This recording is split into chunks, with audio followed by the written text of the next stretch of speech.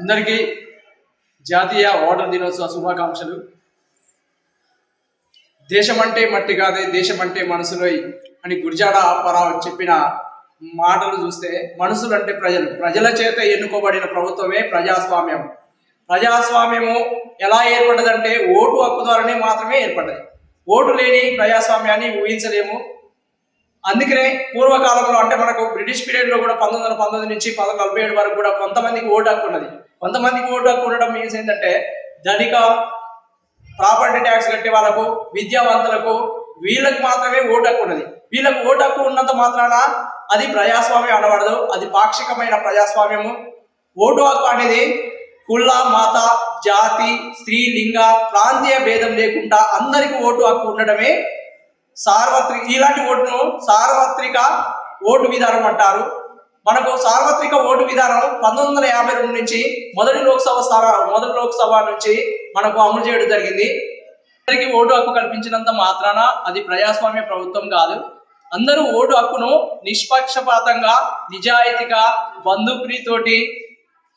బంధుప్రీతి లేకుండా, డబ్బు వ్యామోహంలో పడిపోకుండా సరిగా ఓటు హక్కు వినియోగించుకుంటే అది ప్రజాస్వామ్యం. ఇంకా ప్రజాస్వామ్యం బలపడాలంటే పేద ధనిక అనే భేదం లేకుండా అందరూ ఎన్నికల్లో పోటీ చేసి అందరూ పార్టిసిపేట్ అయితేనే ప్రజాస్వామ్యం ఇంకా బలపడుతుంది. ప్రజాస్వామ్యం ఇంకా బలపడాలంటే ఎన్నికల్లో స్త్రీలు పురుషులతో సమానంగా పోటీ చేయాలి. పురుషులతో సమానంగా పోటీ చేసినప్పుడే ప్రజాస్వామ్యం ఇంకా బలపడుతుంది. ప్రజాస్వామ్యములో మనకు ఏంటంటే 10 సంవత్సరాలకు ఒకసారి ఓటు హక్కు ఉంటే అదేమైందంటే ఎన్నుకోబడిన వ్యక్తి ఒక నిరంకుశుడుగా తయారయ్యే అవకాశం ఉందిగా. అందుకనే మన భారతదేశం ప్రజాస్వామ్యంలో 2 సంవత్సరాలకు కూడా పెట్టలేదు. ఎందుకంటే అతను తీర్చవలసిన హామీలు ఈ 2 సంవత్సరాల్లో తీర్చడానికి టైం సరిపోదు. కాబట్టి మన ఇండియాలో 5 సంవత్సరాలకు ఒకసారి ఎన్నికలు నిర్వహించడం జరిగింది. ఎందుకంటే 5 సంవత్సరాల పీరియడ్లో అతడు ఆయన అనుకున్న హామీలను నెరవేర్చడానికి టైం ఉంటుంది. ఒకవేళ 10 సంవత్సరాలు పెడితే ఆయన 10 సంవత్సరాల్లో నిరంకుశుడిగా తయారయ్యే అవకాశం ఉంది.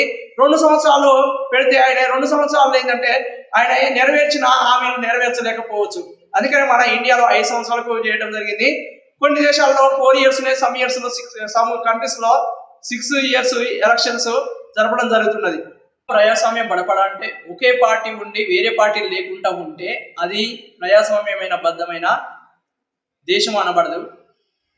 అనేక పార్టీలు ఉన్నప్పుడే ఆ ప్రజాస్వామ్యంలో జవాబుదారీతనము ఉంటుంది. ఎందుకంటే అధికార పక్షం ఉంటుంది, ప్రతిపక్షాలు ఉంటాయి. కాబట్టి అధికార పక్షాన్ని ప్రతిపక్షము ప్రజల సమస్యల మీద పోరాడుతుంటది. కాబట్టి అది నిజమైన ప్రజాస్వామ్యం. కొన్ని దేశాల్లో ఒక పార్టీ విధానం ఉంటుంది.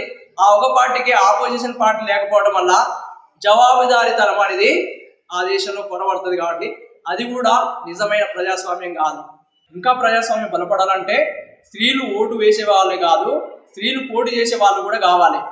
మన దేశంలో స్త్రీలు ఒక నియర్లీ 50% ఉన్నారు. పోటీ చేసే వాళ్ళ సంఖ్య తక్కువ ఉన్నది.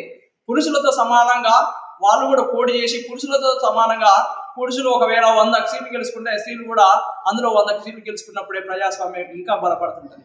ఓటు హక్కు అన్ని హక్కులకు అమ్మ లాంటిది. ఎందుకంటే ఓటు హక్కు ద్వారానే ప్రజాస్వామ్యం ఏర్పడ్డది.